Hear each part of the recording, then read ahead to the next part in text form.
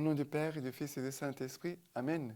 Grand de joie d'être là avec toi en ce vendredi 21 avril. Nous sommes dans ce temps pascal et aussi nous sommes encore dans cette semaine de la Divine Miséricorde. Que la Divine Miséricorde soit victorieuse dans tout domaine de notre être et vraiment que nous soyons des hommes de miséricorde. La première lecture d'aujourd'hui, c'est Actes des Apôtres, chapitre 5, versets 34 à 42. Alors un pharisien nommé Gamaliel s'éleva au milieu du Sanhédrin. C'était un docteur de la loi, respecté de tout le peuple. Il donna l'ordre de faire sortir ces hommes un instant. Puis il dit au Sanhédrite, « Hommes d'Israël, prenez bien garde à ce que vous allez faire à l'égard de ces gens-là. » Il y a quelque temps déjà s'éleva Theudas, qui se disait quelqu'un et qui rallia environ 400 hommes.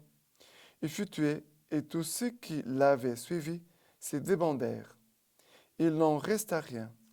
Après lui, à l'époque du recensement, s'éleva Judas, le Galiléen, qui entraîna du monde à sa suite. Il périt, lui aussi, et ceux qui l'avaient suivi furent dispersés.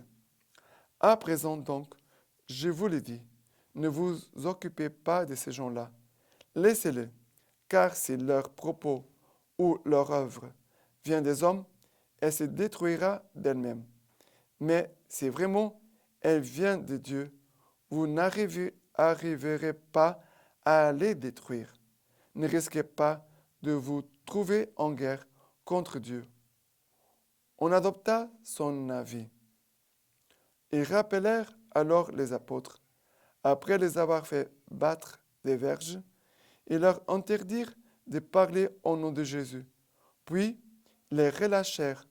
Pour eux, ils s'en allèrent du Sanhédrin tout joyeux d'avoir été jugés dignes de subir des outrages pour le nom.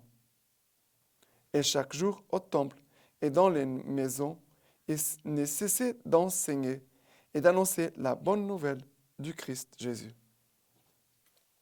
C'est beau qu'ici, après, il y a Gamaliel, et c'est très important, qui va donner un conseil.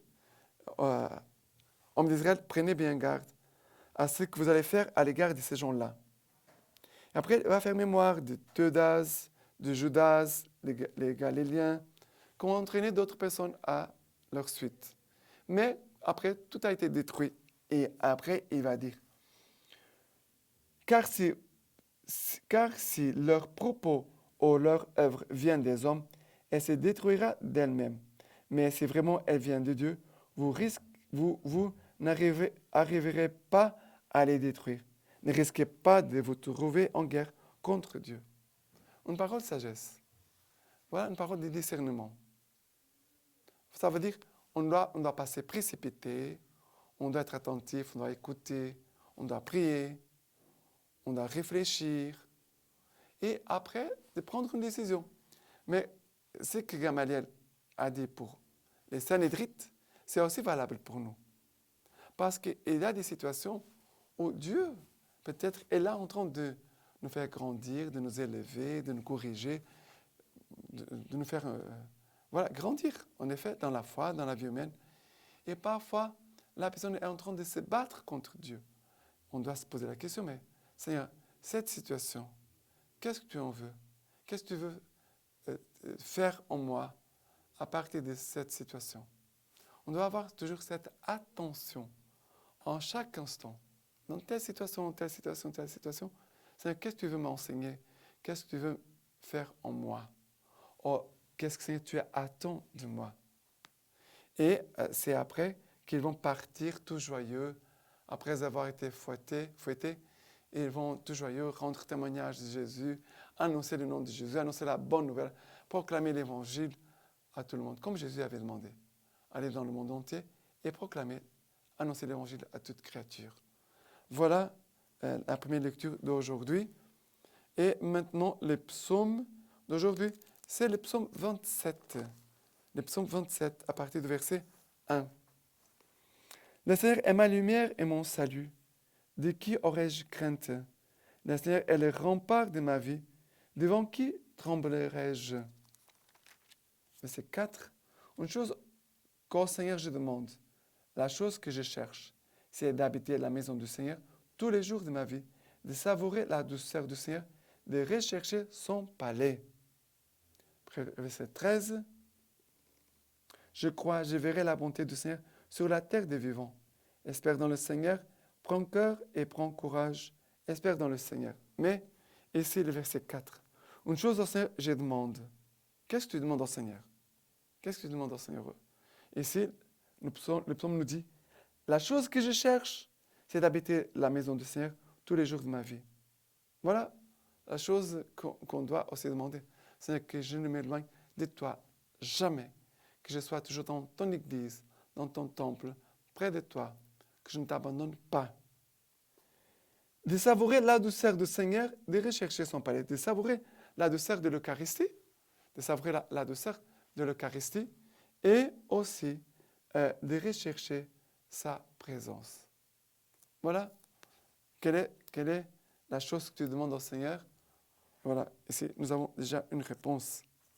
Maintenant, l'évangile d'aujourd'hui, Jean chapitre 6, à partir du verset 1 jusqu'au 15. Après cela, Jésus s'en alla de l'autre côté de la mer de Galilée, au de Tibériade. Une grande foule le suivait à la vue des signes qu'il opérait sur les malades. Jésus gravit la montagne et là, il s'assit avec ses disciples. Or, la fête des Juifs était proche. Levant alors les yeux et voyant qu'une grande foule venait à lui, Jésus dit à Philippe, D'où nous procurerons-nous des pains pour que mangent ces gens-là? Il disait cela pour le mettre à l'épreuve, car lui-même savait ce qu'il allait faire. Philippe lui répondit, de son denier de pain ne suffisent pas pour que chacun en reçoive un petit morceau. Un des disciples, André, le frère de Simon-Pierre, lui dit, il y a ici un enfant qui a 5 pains d'orge et 2 poissons. Mais qu'est-ce que c'est là pour tant de monde? Jésus leur dit, faites s'étendre les gens. Il y avait beaucoup d'herbes en ce lieu. Ils s'étendirent donc en nombre d'environ 5000 hommes. Alors Jésus prit les pains et, ayant rendu grâce, il les distribua aux convives. De même aussi pour les poissons, autant qu'il en voulait. Quand ils furent repus, il dit à ses disciples, rassemblez les morceaux en surplus, afin que rien ne soit perdu.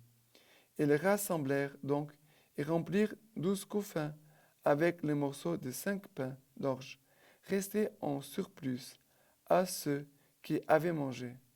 À la vue du signe qu'il venait de faire, les gens disaient, c'est vraiment lui, le prophète, qui doit venir dans le monde? Alors Jésus, qui doit venir dans le monde, c'est une affirmation. Alors Jésus, sachant qu'ils allaient venir s'emparer de lui pour le faire roi, s'enfuit à nouveau dans la montagne, tout seul. Alors, nous voyons ici ces passages, nous voyons ici les passages de Jésus qui va faire la multiplication des pains et des poissons. Mais le début, c'est il n'avait rien. Devant une situation très compliquée, Jésus va faire ces grands miracles. Et ici, c'est une des Pâques que Jésus va célébrer dans l'évangile de Saint Jean. Il a 3 Pâques dans l'évangile de Saint Jean. Ici, c'est une des Pâques qui nous montre déjà une préfiguration que Jésus va être l'agneau immolé, c'est lui qui va se donner sur la croix en nourriture pour nous. Nous devons vivre de l'Eucharistie, on doit se nourrir de l'Eucharistie, non pas seulement les dimanches, mais dans la mesure du possible, on doit aller à la messe chaque jour. Ici, les gens ont mangé du pain et du poisson. C'est important. Oui, nous avons besoin de manger pour vivre. On va mourir. Mais on ne doit pas oublier que l'Eucharistie, c'est le pain de l'éternité qui pourra rassasier la soif et la faim de notre âme, de notre cœur.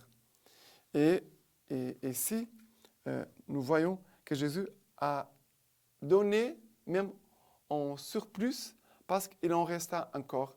À la fin, tout le monde va manger, tout le monde est rassasié, mais il en reste encore. Ça veut dire que la grâce de Dieu, elle est vraiment surabondante pour nous. Mais le Seigneur demande notre participation. Le Seigneur, Jésus va voir la foule et Jésus, il disait cela pour les mettre à l'épreuve, car lui-même savait ce qu'il allait faire. Voilà. Jésus vraiment aussi il sait ce qu'il va faire, on doit faire confiance, mais le Seigneur aussi parfois peut nous mettre à l'épreuve pour que nous puissions donner ce que nous avons. Non pas garder pour soi, mais mettre cela au service du miracle que Dieu veut opérer aujourd'hui. D'accord? Maintenant, la lecture patristique de Saint Théodore. Quel don infiniment précieux que la croix. Oui, comme sa vue est belle, la beauté qu'elle nous présente n'est pas mêlée de mal et de bien, comme jadis l'arbre du jardin d'Éden. Elle est tout entière admirable et belle à voir et à partager. En effet, c'est un arbre qui donne la vie et non la mort, la lumière et non l'aveuglement. Fait entrer dans l'Éden et n'en fait pas sortir. Cet arbre sur lequel le Christ est monté comme un roi sur son char de triomphe a perdu le diable qui avait le pouvoir de la mort en délivrant le genre humain de l'esclavage du tyran. C'est sur cet arbre que le Seigneur, comme un combattant d'élite, blessé aux mains et aux pieds et à son côté divin, a guéri les cicatrices du péché, c'est-à-dire notre nature blessée par les dragons mauvais.